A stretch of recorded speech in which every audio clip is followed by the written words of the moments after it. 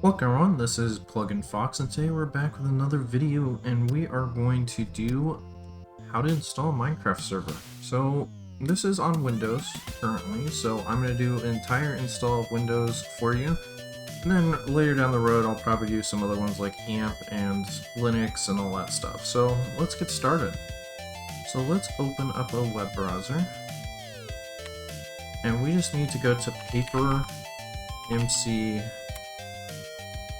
And here we can go to downloads. Today I'm going to use Paper. You can pretty much use whatever you want to use. There's Forge, Spigot, just the normal vanilla Minecraft. I'll put some of those in the description below. So all you have to do with Paper is go to 1.19 and just hit this button, the download button. And since I already have it, I'm going to make it so it's just paper, so it's a little bit easier to do stuff with. So, alright, now what you want to do is you want to right click, open a new folder, and name it Minecraft. And then what you want to do is you want to open two of these and just drag and drop the paper jar into the Minecraft folder. And from there, we want to create a text document.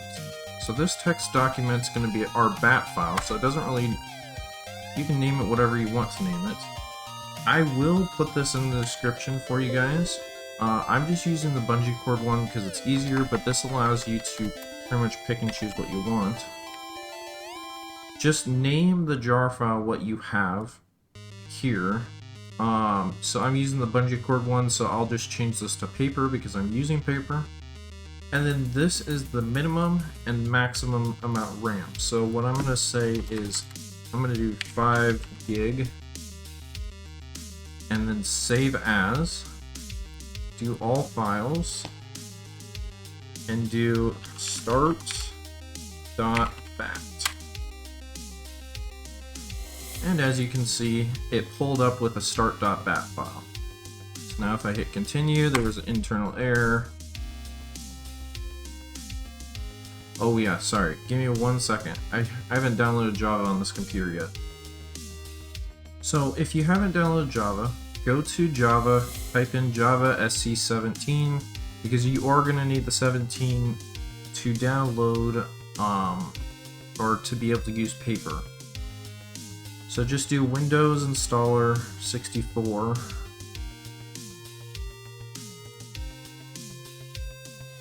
Maybe. Oh, there we go. It's downloading.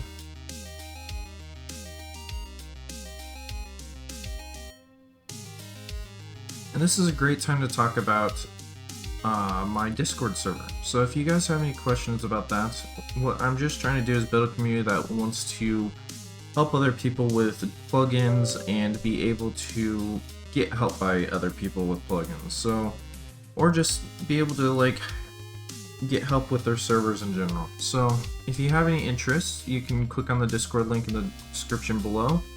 Otherwise, let's get back into this. So I've just been installing Java. So it's been successfully installed.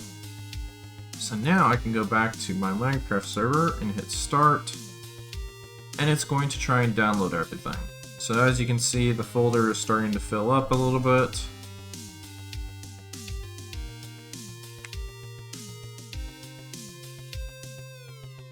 So we'll let this go through its process.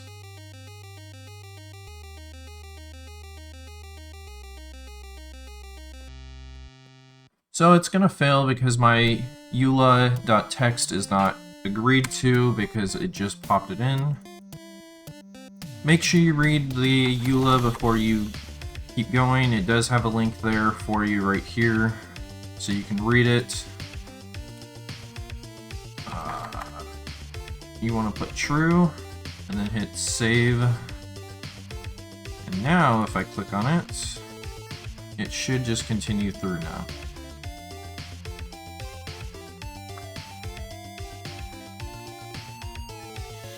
And it's nice because it'll give you this little screen and it will say pretty much every player, everything on the world for paper. There's a lot of other reasons I use paper, like the verbose stuff, so you can do like a ticking counter and all that stuff. I will show you guys that in a later video, because it is honestly one of the best things to do when you have to find lag, but I think it should be in its own video. And as you can see, the Minecraft server is done. So let's let me jump into it really quick. Alright guys, we are back in my main desktop now. So as you can see, this is just the server right here. I was using that same port and stuff, so that's why it shows up really quick. But we can click continue. And in this, it says Esco is logging on. So as you can see, we have the server made. So everything's working perfectly fine. If you do have problems, I did this with mine. I know it's not the best solution for this, but if you go to firewall settings, what you want to do is, I turned mine off. Don't do this necessarily if you want to have other people on the server. Just go into advanced settings and do inbound rules and outbound rules. So just put 2665 and then 2665 for both the ports. So you want to do port, UDP, TCP for both of those, and then that should solve your problem. I'm not going to show you how to port forward because usually there's a lot of other channels that can help you with that stuff. Alright everyone, coming back to the file system now, I'm going to kind of go through a little bit of everything. Mostly you don't need to worry about the cache. The config file is just what one you're using, so I'm using paper, so it'll show up with the paper one. Libraries, don't really worry about that. The big ones is logs, so if something ever happens, you can open up a log file and be looking around and see what went wrong. Or you can send logs to other people in different servers, and that's the best way of getting help. Then we can go to plugins. Plugins are in this folder normally if you have any. They will also create a subfolder for themselves, so that way you can access their config folder and all that stuff with their jar. Version, it'll just say what version you're on, so I'm on 1.19, so it has the 1.19 one. The world is your main map. So you can always change these out if you're doing like a hub or any like custom worlds. You can just kind of copy and paste them in and out. And what it will do is it will just pull the files and then put it on the map and everything. So that's a really nice feature to do. You have your end or nether file, so this is everything that happened in the nether. Then you have your end, so this is everything as well in the end. Some of the maps will have all three combined into one, so if you have a single player map that you want to pull out, there is some options. So you're just looking for the dim1 folder, mostly for that one, and then the dim1 without the slash in between. Just put them all in separate folders that way then, and it should pull it out properly. Otherwise, you kind of just have your normal stuff with the help YML. So what that is if you do /help, it will bring up a list and stuff for you. You can also do server properties, which, let's open that up.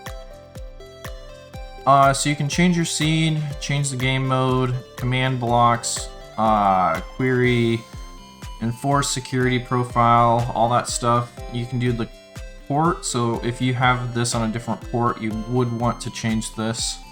PvP, pretty much just going down the list, how many players you can have on the server, allow flight, IP address. Normally, if there's more than one server running on your network or on that same computer, leave it, or you will have to change this. If there isn't more than one, just leave it blank because it will find the server itself. Pretty much everything else you need, OP, passwords, all that stuff. So yeah, that's pretty much everything I have. But yeah, that's how you can create a Minecraft server. it's just going to be on the basic default port of 25565. So if you have any other questions, leave them in the comments section below. Otherwise, I will see you guys in the next video.